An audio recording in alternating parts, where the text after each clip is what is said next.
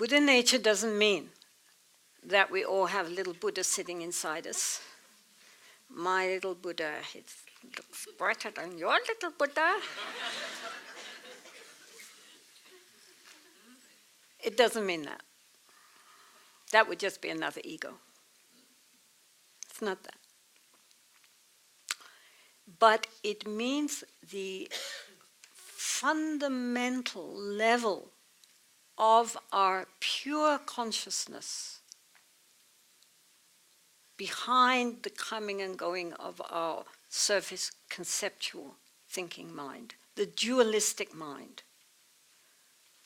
I, other, subject, object. Beyond that is a non-dualistic level of awareness, which is our true nature, and which can be recognized by anyone at any time.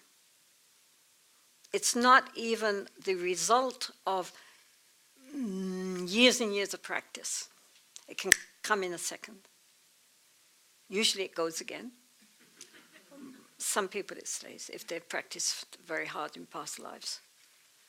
But it's always there. So therefore it is sometimes also compared to like space or the sky. This I like it best because it's clearer if we think of it as space rather than a thing. Everything is space. Not only outside the vast sky, the vast universe is space, but in here it's space. If we said what was here in this room, you'd say, well, there were chairs, there was a platform, there was tables and flowers and people. But firstly, none of this could exist if there were not space. And secondly, all those chairs and tables and flowers and people are also space. His Holiness the Dalai Lama is very fascinated by quantum physics because they are coming to the same conclusions which Buddhist philosophy came to 2,500 years ago. And indeed, there's a dialogue where he's talking with one very renowned quantum physicist, and the quantum physicist is saying, they were discussing about the ultimate nature of all phenomena. And the scientist said, well, to his own, I don't know how you could have realized this. You have known all this without machines. And his owner said, well, I don't know how you could have realized this without meditating.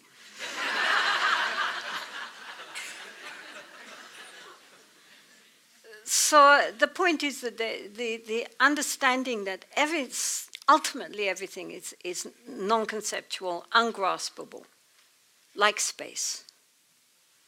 And likewise the mind. The mind also is ungraspable. You can't see it. The ultimate nature of the mind, you can't see it. You can't grasp it. There's no way you can say, this is me and mine.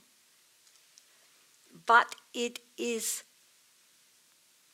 like space. It's nothing could exist if there were not space. Our thoughts and feelings could not exist if there were not the space in the mind, which is our pure consciousness. Unborn, undying. And also in meditation, to recognize, if we look at the mind and the thoughts, but to look at the space from which those thoughts arise and dissolve, it's all the nature of the mind. Like clouds in the sky.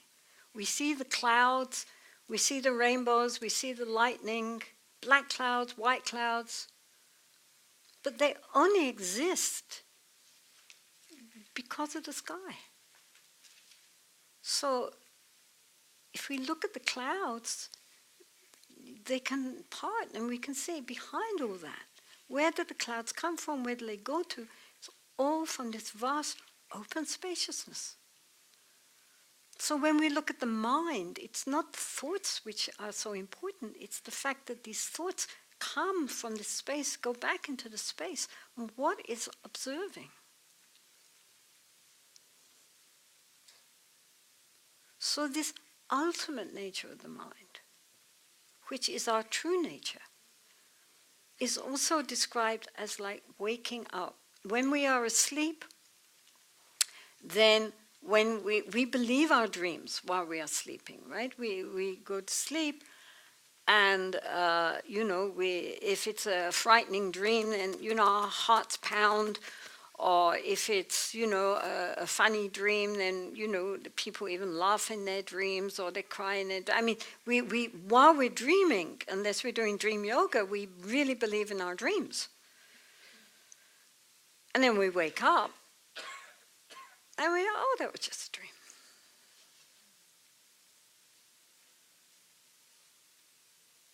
But we're still asleep.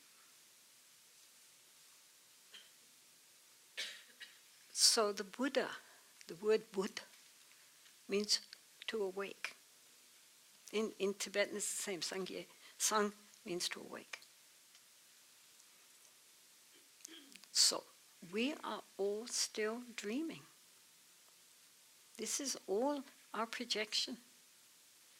We need to wake up.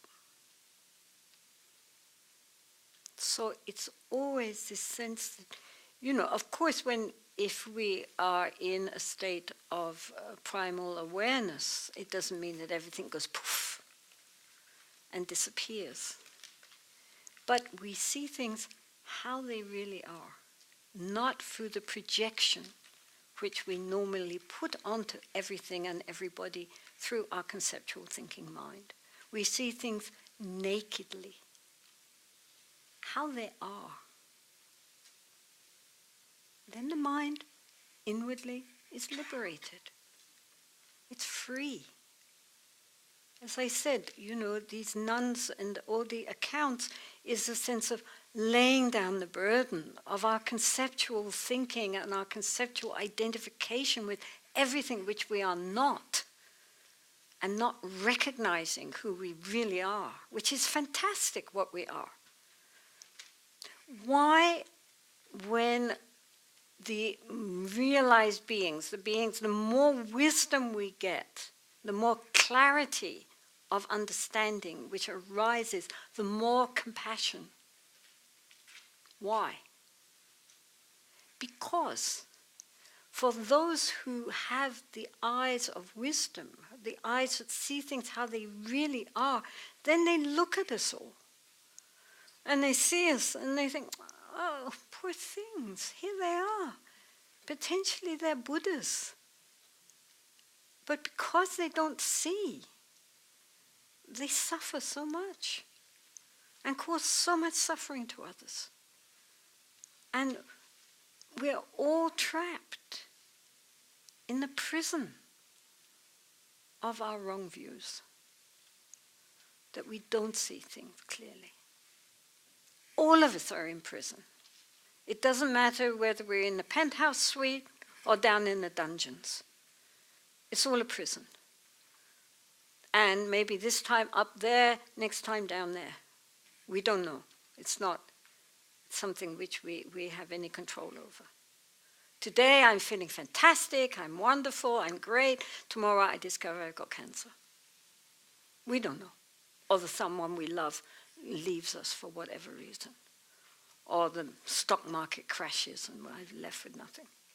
We don't know. But we suffer with our clinging, our grasping, our attachment, our upset, our anger, our worries, our anxieties, our jealousies, our hopes, our fears, circling round and round and round and round, and from a Buddhist perspective, endless lifetimes. Up, down, this way, that way, trapped in this vast prison house of samsara. This is why those with wisdom eyes look at us with compassion.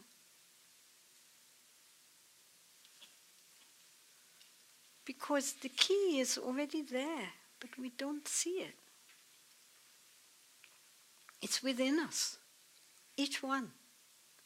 Meditation isn't just about getting peaceful and being calm and happy. It's nothing to do with that. Might make you feel worse as things come up. But it's for getting free, for clearly seeing who we really are.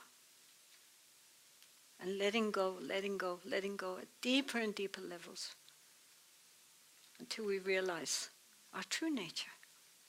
Our true nature has no problems. Hey, guess what? We're fundamentally, we're perfectly okay. There's no problem at all.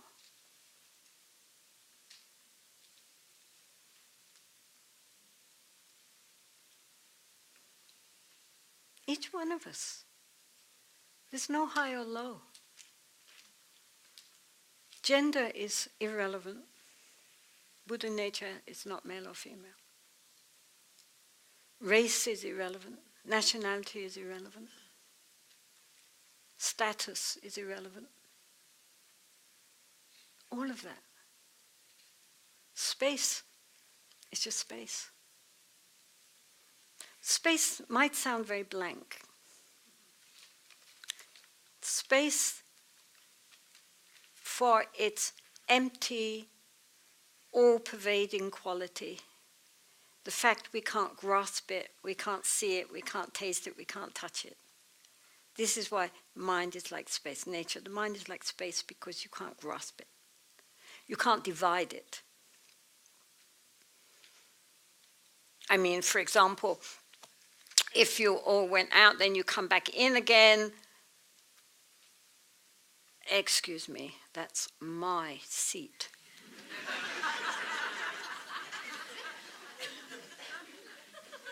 Right? I mean, really, sometimes people come to fisticuffs over it. There's some Dharma talk with the Dalai Lama, and it gets quite aggressive. Huh? Especially those Tibetan grandmothers with the elbows. But we cannot say, excuse me, you can't breathe my air. This is my air. How dare you breathe in my air? Even whoever. Right now in this hall, we're breathing in each other's air. We're breathing out air. We're sharing. We can't say, right, this is my air. I'm not going to share it with you. Right? We're all breathing in, breathing out, interconnecting with each other. At this very fundamental level, which we cannot see. We cannot. So this is why the nature of the mind is compared to space. Because we don't own it. We can't see it, we can't grasp it, but nothing would exist if it wasn't there. Everything is made of space, and everything exists because of space. So this is a very good example for the nature of the mind. We couldn't think, we couldn't feel, we couldn't do anything if we didn't have that fundamental nature. But not just this open, all-pervading emptiness of space, the nature of the mind. It is also, that in Tibetan is called tongpa, empty. But it is also selwa. So in Tibetan it's very easy, tongsel. Selwa is a word, one of those words. It means clarity, clearness. A mirror is selwa. A glass, if you look through it, this is selwa. Right? You can see through it, transparent. So it means clear, clarity, luminous, bright, and cognizant, knowing. So All of that is summed up in one word in Tibetan, selwa. In English, very difficult. I sometimes ask various translators, how do you translate selwa? And different ones come up with different. Mingyur Rinpoche uses clarity. Some use luminosity. Herado said lucidity. Lucidity is good. You're lucid. It has a cognizant aspect to it. It also means clear and it also means bright. Lucid is quite a good word. But it's this quality of the mind, our essential, pure, unborn awareness is not just ungraspable and all-pervading. It is also ultimate knowing, awareness, clarity, luminous. And it pervades all our thinking, but we don't recognize it. So when we're thinking, we're caught up in the clouds of conceptual thinking. We don't see the sky from which those clouds are coming. That essential awareness. So again, to become aware of awareness.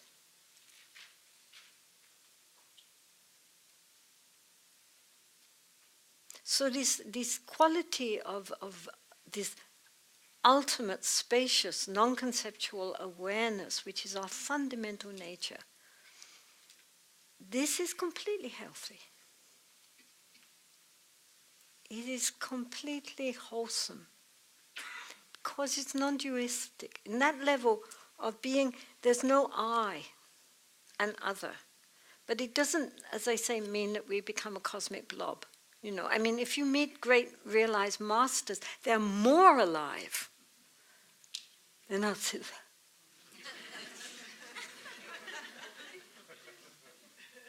They're more vivid.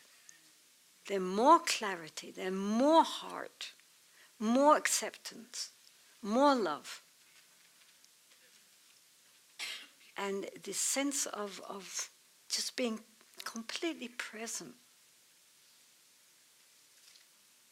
and non-judgmental. So the point is that this is our true nature. This is who we really are. Yes, we are sick. And there is a reason for our sickness. So we suffer. But it is not terminal. There's a cure. Because actually we are healthy. Our true nature is extremely well. All we have to do is rediscover who we have been all the time. It's just that we don't recognize. You couldn't hear me, you couldn't see me if you weren't conscious. We couldn't do anything if we're not conscious. So it's not that we have to get something from somewhere else. It's not that we have to wait for someone to give us something that we don't have. All we have to do is recognize what is already there. And actually recognizing it, the main problem is if we want to recognize it, we won't. And so far, I mean, this is always the problem in meditation. If you want something, I'm going to get it, then, we'll never get it because that's just the ego playing games. The ego wants to be enlightened. Then I can sit on a nice big throne and wear a hat. But of course the ego can never be enlightened. The ego has to, all genuine, really this is not just Buddhism, all genuine spiritual traditions, Christian, Judaic, Islam, Hinduism, shaman also, they talk about pure awareness. All of them, on the mystical, spiritual side of them, not the dogma side, but the mystical side of them. If you read the mystics of any of these genuine spiritual traditions, they're all saying the same thing, that we are blocked from our innate divinity, whatever you want to call it, by our small self.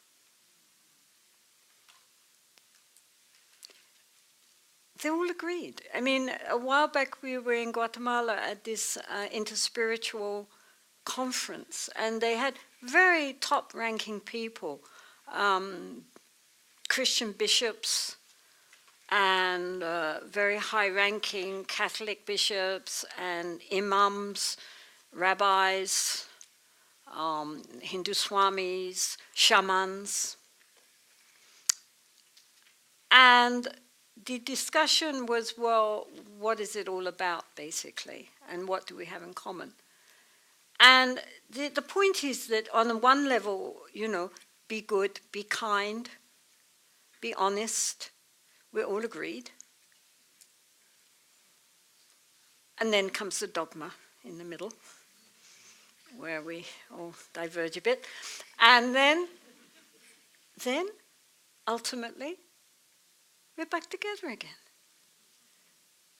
That the genuine nature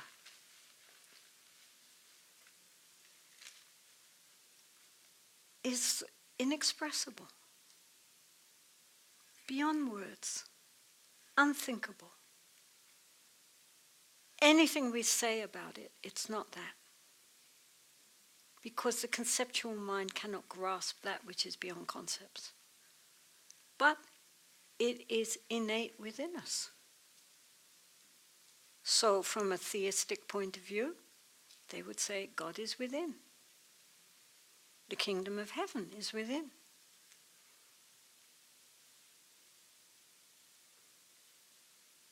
From Hindus, they will say we are the immortal Atman.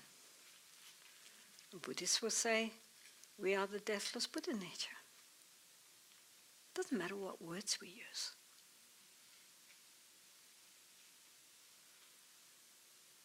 St. Paul said, it is not I that move, but Christ that moves in me.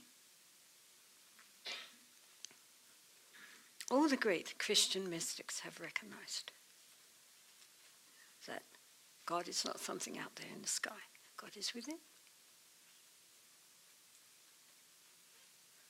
So it's not something which has been invented. It's not something which is revealed just in one spiritual tradition. The greatness of the Buddha was that he gave us a path. He didn't just say, right, this is what it looks like from the top of the mountain. He gave us the tools to climb that mountain.